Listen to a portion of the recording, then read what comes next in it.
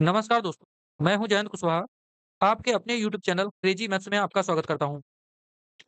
अगर आपके का बेसिक स्ट्रांग हो गया, तो आगे race, boat, train, relative speed सब आसान हो जाएगा। कॉन्सेप्ट रिवीजन में सबसे पहले यूनिट कन्वर्जन पढ़ेंगे, इसके बाद गोल्डन फॉर्मूला पढ़ेंगे। इन्हीं दोनों कॉन्सेप्ट पर कुछ पीवाईक्यू सॉल्व करेंगे। सबसे पहले यूनिट कन्वर्जन पढ़ेंगे, किलोमीटर प्रति घंटा को मीटर पर सेकंड में बदलना। 1 किलोमीटर में होते हैं 1000 मीटर, 1 घंटे में होते हैं 3600 सेकंड। यानी कि यहाँ से 2 जीरो से 2 जीरो कट जाएँगे, 2 से काटो, 2 पंचे 10 और ये इसे 2 से काटो तो यहाँ आ जाएगा 18 यानी कि 5/18 मीटर पर सेकंड।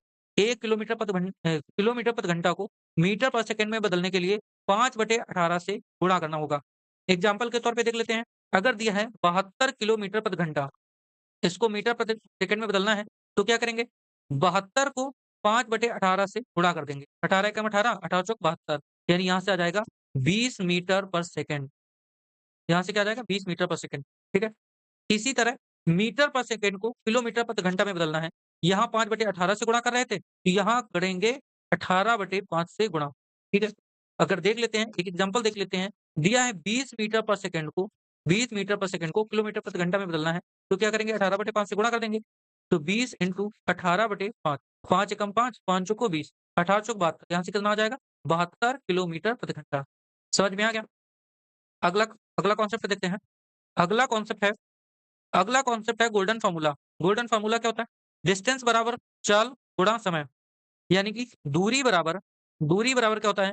चाल गुणा समय। तो यहाँ से अगर हमको चाल निकालनी हो, तो चाल बराबर क्या आ जाएगा? चाल बराबर आ जाएगा दूरी बटे समय। अगर हमको समय निकालना हो, तो यहाँ से समय बराबर क्या आ जाएगा? समय बराबर हो जाएगा दूरी बटे चाल, दूरी बटे चाल।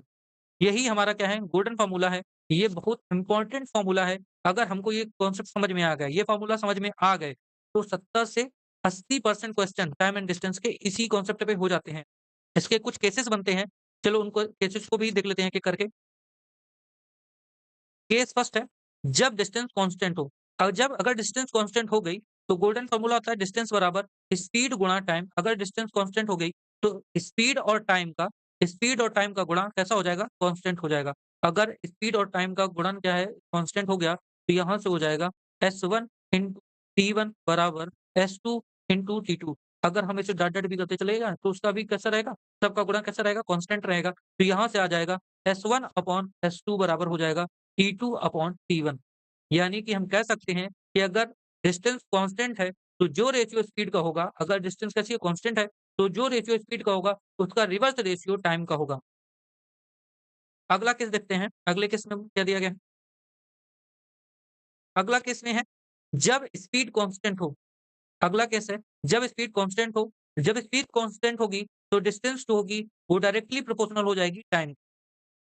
अगर स्पीड कांस्टेंट होगी, तो डिस्टेंस डायरेक्टली प्रोपोर्शनल हो जाएगी टाइम के, यानी कि D1 अपॉन D2 बराबर हो जाएगा T1 अपॉन T2। तो हम कह सकते हैं कि अगर स्पीड कांस्टेंट है, तो जो रेशियो डिस्टेंस का होगा, वही रेशियो टाइम का भी होगा। केस नंबर 3 है, जब टाइम कांस्टेंट हो। जब टाइम कांस्टेंट होगा, तो डिस्टेंस डायरेक्टली प्रोपोर्शनल हो जाएगा स्पीड के, यानी कि यहाँ से निकल आएगा D1 अपॉन D2 बराबर हो जाएगा S1 अपॉन S। यानी हम कह सकते हैं कि अगर टाइम कांस्टेंट है, तो जो रेशियो दूरी का होगा, वही रेशियो चाल का भी होगा। ठीक है? अब कुछ पीवाईक्यू करते हैं। हमने यूनिट कन्वर्जन पढ़ा, हमने गोल्डन फार्मूला पढ़ा और उसके केसेस देखे। इन्हीं कॉन्सेप्ट पर अब पीवाईक्यू सॉल्व करते हैं। पहला क्वेश्चन दिया गया है, मुकुल से मुकुल से 1.35 किलोमीटर की दूरी पर एक बंदूक चलाई जाती है। यानी कि डिस्टेंस कितनी दे दी इसने? 1.35 किलोमीटर। उसे 3 सेकंड के बाद आवाज़ सुनाई दी, यानी टाइम लगा 3 सेकंड का। ध्वनि की गति मीटर पर सेकंड में निकालनी है, यानी कि स्पीड निकालना है। स्पीड बराबर होता है डिस्टेंस अपॉन टाइम। डिस्टेंस दिया है 1.35 किलोमीटर, इसको मीटर में बदलेंगे तो बन जाएगा 1350 मीटर और टाइम दिया है 3, 3 से काट लो, यहाँ से कटेगा तो आ जाएगा 450 मीटर पर सेकंड, यानी स्पीड आ गई 450 मीटर पर सेकंड, ऑप्शन नंबर बी। अगला क्वेश्चन दिया गया है, अगले क्वेश्चन में बोला गया है, एक कार 25 मिनट में एक कार 25 मिनट में 30 किलोमीटर 250 मीटर की दूरी तय करती है। यानी टाइम तो दिया गया है 25 मिनट, ठीक है?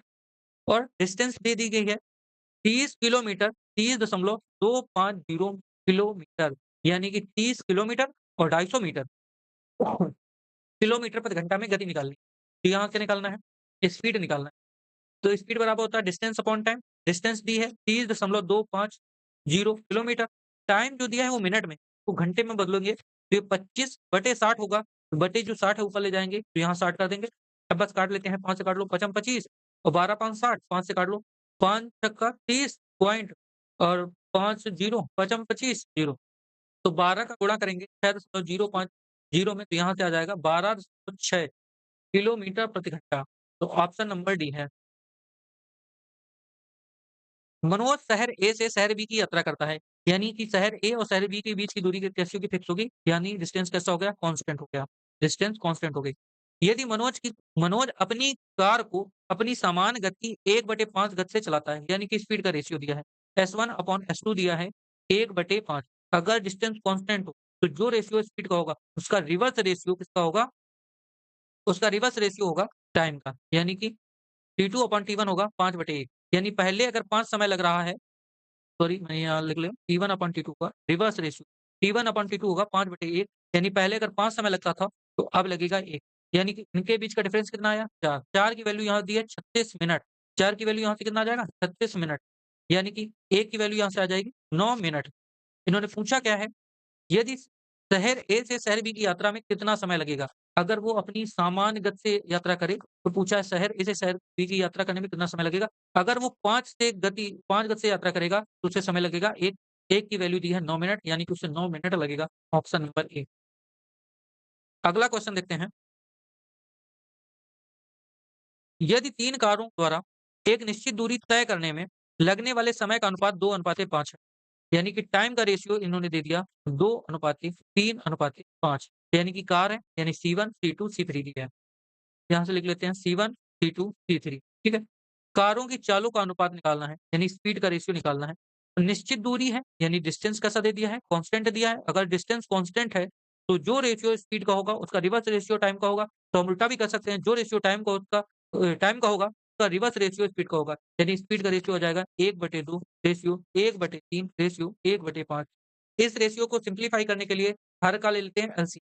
एलसीएम कितना आ जाएगा? 30 आ जाएगा। एलसीएम 30 आ गया, तो 2 को 30 से काटोगे कितना आ जाएगा? 15। 3 को 30 से काटोगे तो आ जाएगा 10। 5 को 30 से काटोगे तो आ जाएगा 6। यानी कि स्पीड का रेशियो आ गया 15, 10, 6। ऑप्शन नंबर डी है। अगला क्वेश्चन देखते हैं।